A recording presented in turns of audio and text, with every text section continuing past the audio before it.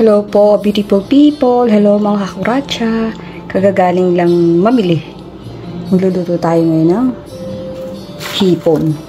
Yan. Sa Costco, magkano to? $17.73. Ito na yung pinakamura. $17.73. So, yung kalahati, ihahalabos ko. Yung kalahati naman ay sisigang ko. Wala pa akong pansigang.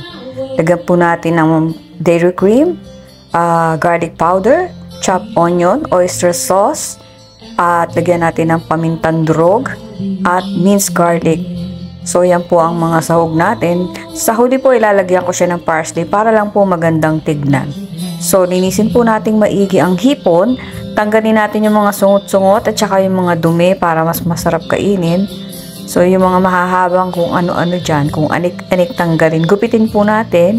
Tapos po yung matalim gupitin din natin, tsaka yung kamata-matahan. Yak! Nakakatakot kaya inaalis ko po dahil baka masip-sip ko yung mata, aray ko. Ayan po, linisin po nating maigi.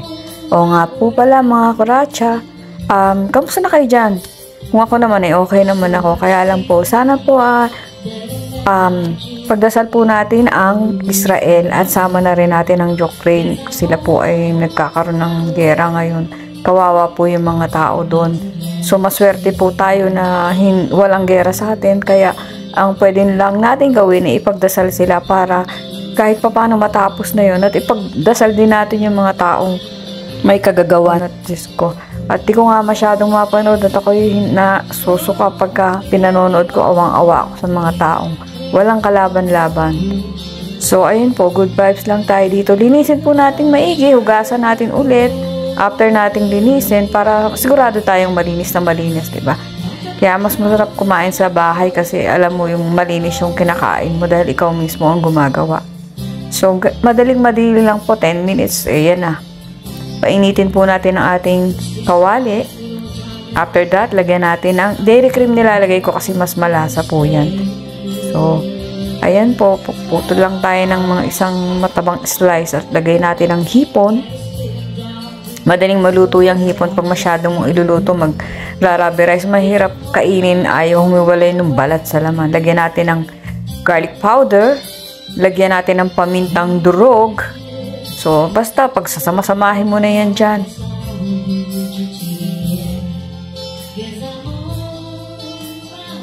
Oh my gosh, kaya pala hindi umiinit, iba yung nabuksan ko, engot. Sorry naman. Kaya pala sabi ko, bakit diba umiinit? Yung kabila pala nabuksan ko. Ano ba yan? Sayang kurente. My bad. My bad. Ayan na po, mainit ang kawali. Kaya pala hantay ako nangantay. Umiinit. Hindi umiinit. Yung kabila pala, tanga lang. So, ayan na po. Ang ilalagay kong garlic ay ito po. Since, alam mo na, madali ang lagyan natin ang garlic. Can't you hear? Can't you hear? Can't you hear the thunder?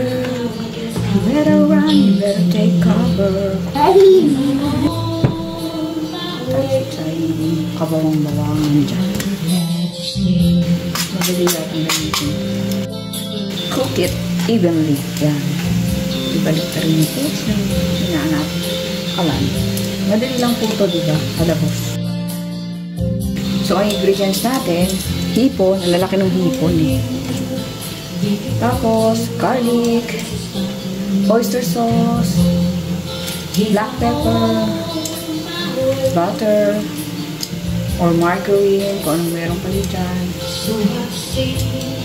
Shit.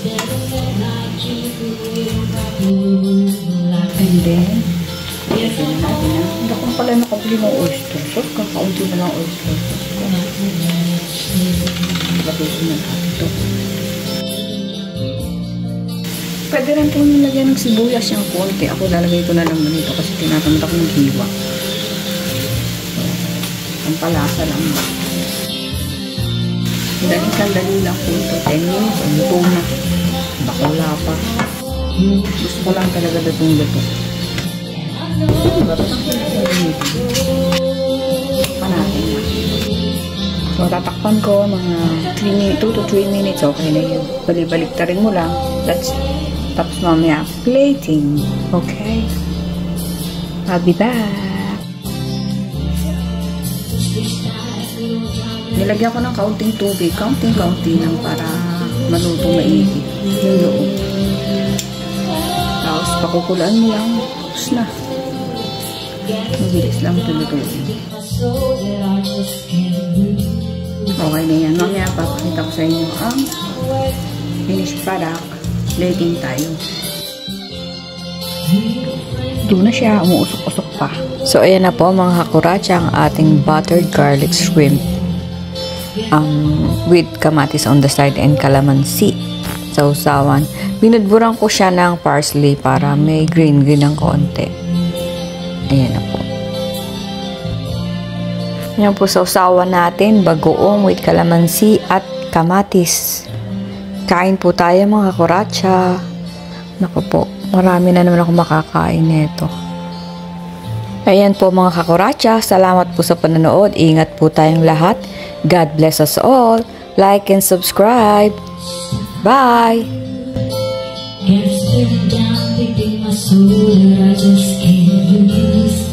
Yes, I'm on my way.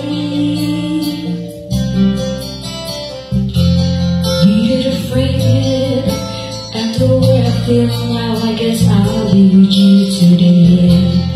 Yes, I'm on my way. Mighty glad to stay.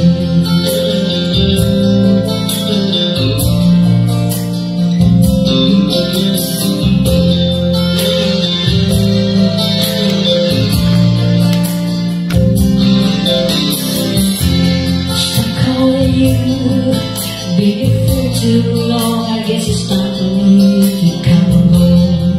Guess I'm on my way. So hard to see.